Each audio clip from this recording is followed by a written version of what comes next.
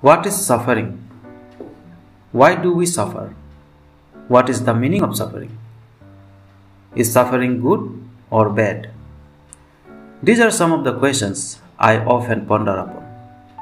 Broadly speaking, there are mainly three types of suffering.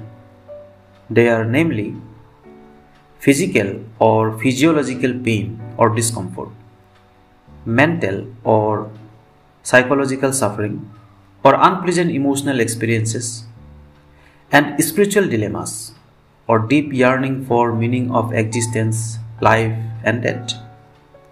Hunger, sleep deprivation, effects of extreme weather types like cold and heat, cut, bruises, bleeding, diseases, birth deformities, and even itching are some of the conditions of physical suffering.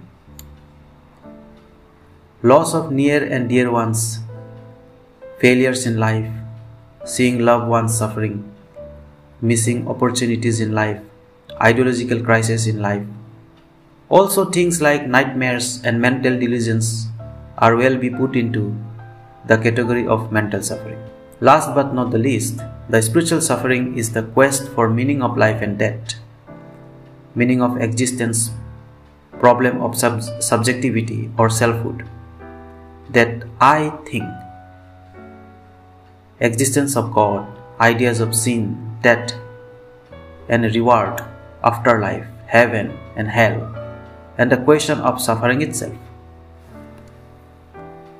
Generally speaking, suffering is any kind of discomfort or pain, whether physical, mental or spiritual.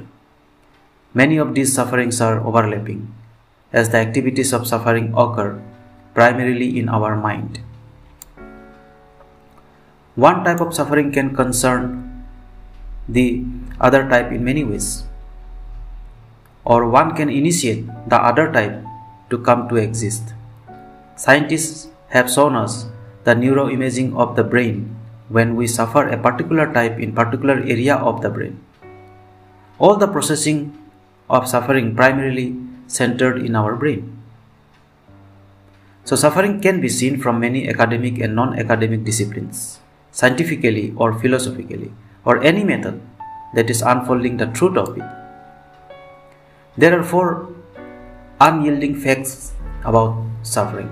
First is that suffering will never end because it is flickering light between life and death of sentient beings.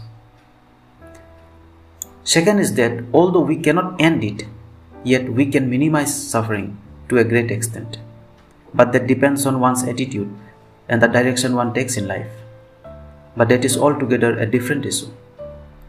The third is suffering and pleasure are inseparable and both cannot exist by themselves.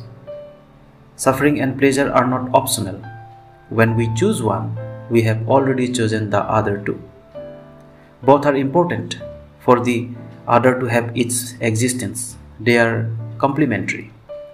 Fourthly, not all suffering are suffering or bad for the sufferer. For instance, physical activities like day-to-day work involving extreme physical participation, physical exercise, playing games that require extreme physical endurance, adventure sports when you push the body to its physical limits are in fact delighting rather than suffering. We like it. When our initial failures in the past once caused so much discomfort by making us worrying, repenting, self-degrading, turn into success is in fact not bad if we assess it from the present perspective.